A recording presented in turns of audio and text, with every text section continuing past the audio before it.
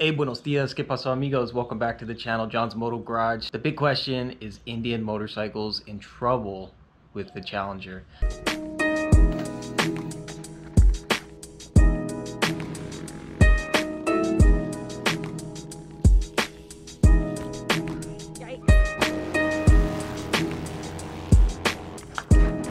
Why do I even bring this up? A few days ago I posted a demo ride that I did a while back of the Indian Dark Horse Springfield, or one of those bikes, and somebody left a comment about Indian having a major recall on the Challenger. So I thought, holy smokes, man, I didn't hear about this. So I did a quick Google search, and here it is, the recall on the Indian Challenger. This is from RideApart.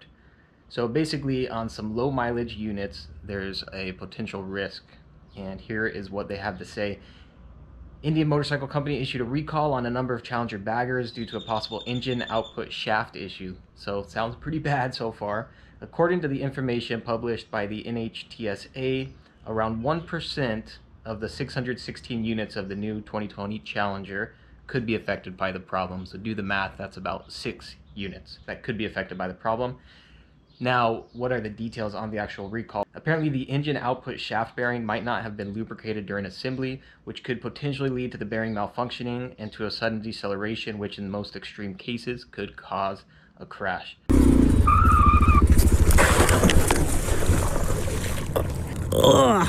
Indian says, should the vehicle present the flaw, it will do so at very low mileage. The manufacturer explains that the motorcycles affected didn't undergo a quality audit and were produced prior to the issue being flagged and fixed at the production level. So if you happen to be an Indian Challenger owner, what are you supposed to do?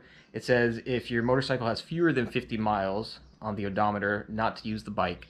I gotta say, if your brand new Indian Challenger has fewer than 50 miles, I can't even imagine how that would happen. You buy the bike, ride it around the block and park it? I don't know. I have to imagine if I had that bike in my possession, it would have a lot more than that. Anyway, if it has fewer than 50 miles, don't use it. Get it to the dealership.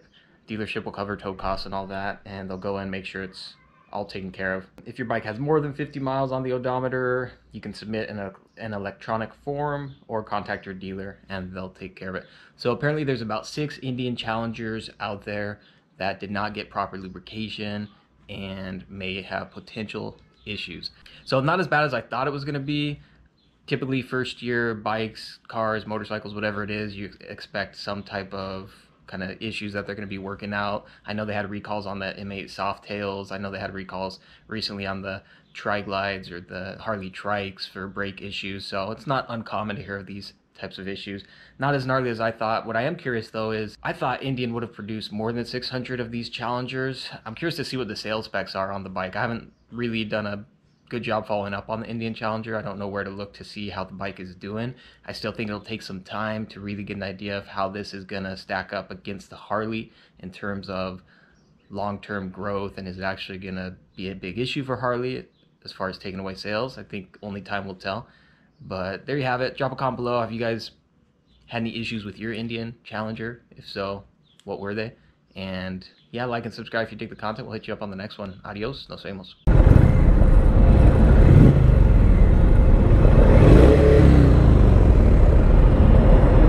I think this dude right here wants to race me, man.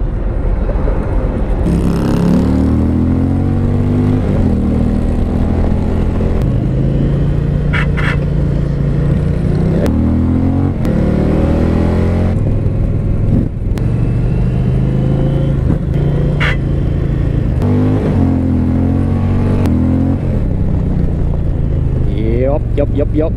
It's a quick bike, all right.